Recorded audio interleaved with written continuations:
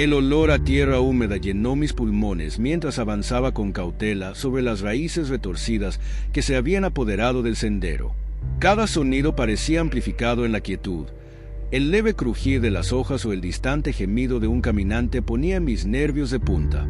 Era apenas nuestro segundo viaje fuera del campamento desde que llegamos a la cantera. Y aunque la ilusión de seguridad allí era reconfortante, no dejaba de ser eso, una ilusión. El mundo fuera de esos límites frágiles seguía perteneciendo a los muertos. Rick había regresado, vivo contra todo pronóstico, y con él llegó una reunión que cortó la tensión como una cuchilla. Verlo caer de rodillas y abrazar a Lori y Carl se sentía irreal. Era como presenciar un destello del mundo que habíamos perdido. La esperanza, tan rara y frágil como era, floreció brevemente en ese momento. Sane estaba cerca, con el rostro tenso, pero sus ojos traicionaban la tormenta que se gestaba bajo la superficie. El regreso de Rick Grimes significaba mucho más que una simple reunión. Era la colisión de vidas pasadas con el caos que habíamos estado navegando desde que el mundo terminó. Sabíamos que Rick no se quedaría de brazos cruzados. No era el tipo de hombre que podía dejar las cosas así. Esa noche, alrededor de la fogata, con las llamas proyectando sombras en los rostros cansados de todos, habló de Merle Dixon. La idea de Merle encadenado a ese tejado, abandonado a su suerte, lo atormentaba. El sentido del deber de Rick era implacable, incluso en este nuevo y brutal mundo.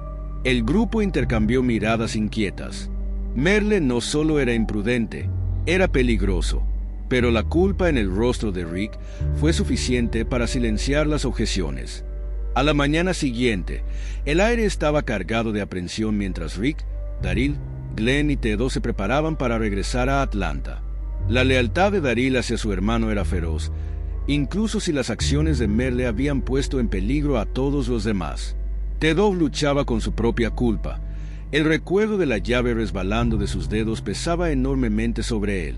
Glenn, rápido y lleno de recursos, era el comodín, siempre dispuesto a lanzarse de cabeza al peligro por el bien de los demás. Mientras desaparecían en el bosque, el resto de nosotros nos quedamos preguntándonos si volveríamos a verlos alguna vez. De vuelta en el campamento, la tensión hervía justo debajo de la superficie. Lori luchaba con las emociones que había enterrado desde la supuesta muerte de Rick, mientras Sane parecía retraerse aún más en sí mismo. Su instinto protector hacia Lori y Carl, que alguna vez fue una fuente de estabilidad, ahora se sentía como una brasa encendida, amenazando con convertirse en algo destructivo. Pero a los caminantes no les importaban nuestros dramas humanos.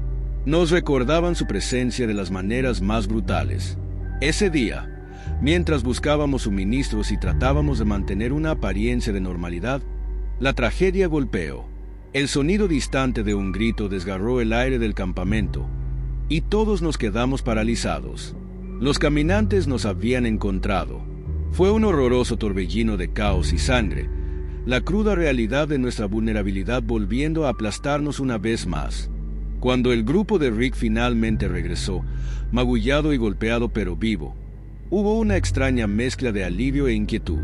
Habían logrado volver, pero ¿a qué precio? Sus rostros contaban historias de peligro y desesperación. La furia de Daryl al enterarse de la ausencia continuada de su hermano fue explosiva, su dolor manifestándose como ira. Rick, siempre el líder, trató de mantener el orden, pero las grietas en nuestra frágil sociedad se estaban volviendo cada vez más difíciles de ignorar.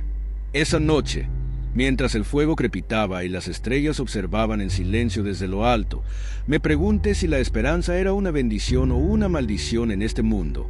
Nos aferrábamos a ella porque, sin ella, ¿qué otra cosa nos quedaba? Pero la esperanza también nos hacía vulnerables. Nos ataba a un pasado que ya no existía. Al mirar los rostros cansados de mis compañeros, me di cuenta de que sobrevivir no se trataba solo de huir de los caminantes. Se trataba de navegar por el laberinto de emociones humanas y decisiones, donde cada elección llevaba consigo el peso de la vida o la muerte. Estábamos vivos, sí, pero ¿a qué precio? La cantera se sentía más pequeña, nuestras paredes más frágiles, y en el silencio que siguió, las ranas cantaron, un recordatorio inquietante de que la naturaleza perdura, incluso cuando la humanidad falla.